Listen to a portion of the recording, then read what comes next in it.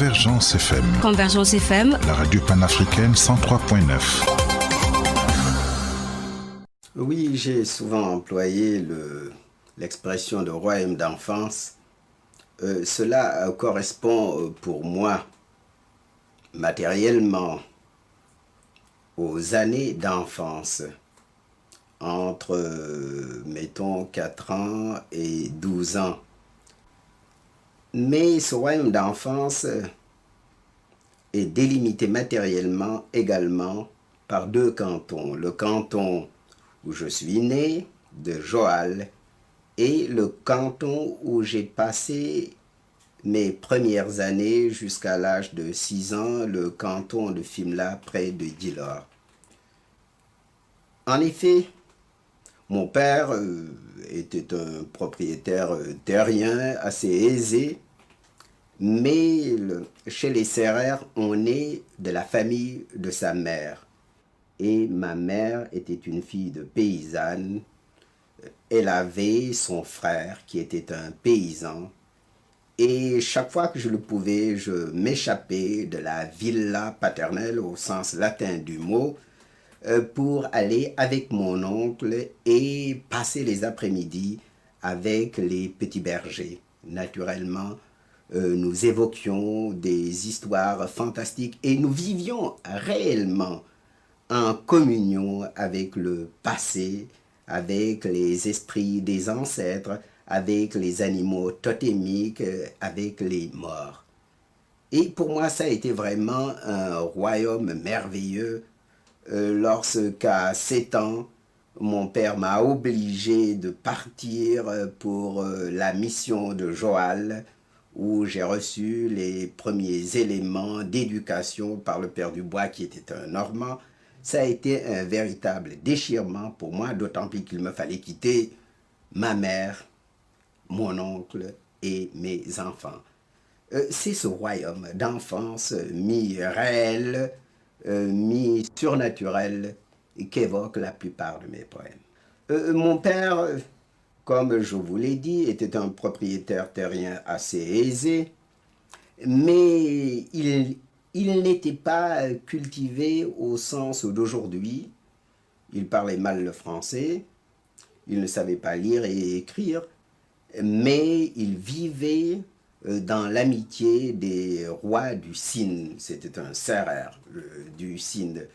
De telle sorte que j'ai été éduqué dans les traditions de nos ancêtres et aussi par mon oncle dans les traditions paysannes, de telle sorte que j'étais dans une société mixte, noble et paysanne en même temps. On m'a appris d'une part le sens de l'honneur, le sens de la dignité, et d'autre part, on m'a appris le sens de la terre.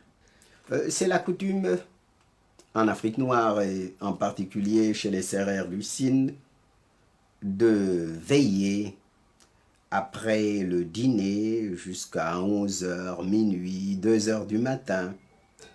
Tantôt, il y a des fêtes sur la place du village. Au temps des moissons, ce sont des luttes, des jeux gymniques comme je les appelle. Luttes où le côté artistique occupe la plus grande place. Chants, poèmes chantés, dansés, théâtre. Et parfois, ce sont de simples veillées comme il y en a en Europe, comme il y en avait. Donc, j'étais sur les genoux de ma nourrice et avec les autres enfants, avec mes frères, mes sœurs, mes cousins, nous écoutions les contes. Pendant des heures, nous vivions de la vie de nos fables et de nos contes. C'était merveilleux.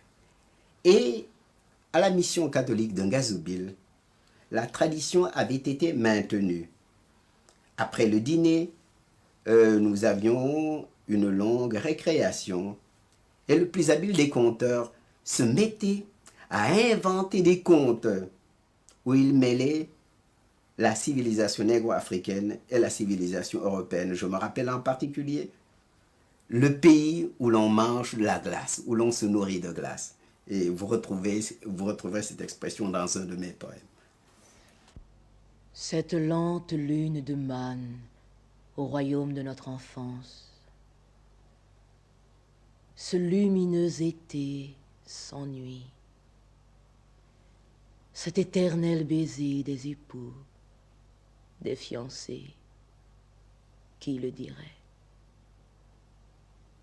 Irons-nous à Belbord, où les hommes se nourrissent de glace, ou bien à Moussoro, où les pans fleurissent sauvages?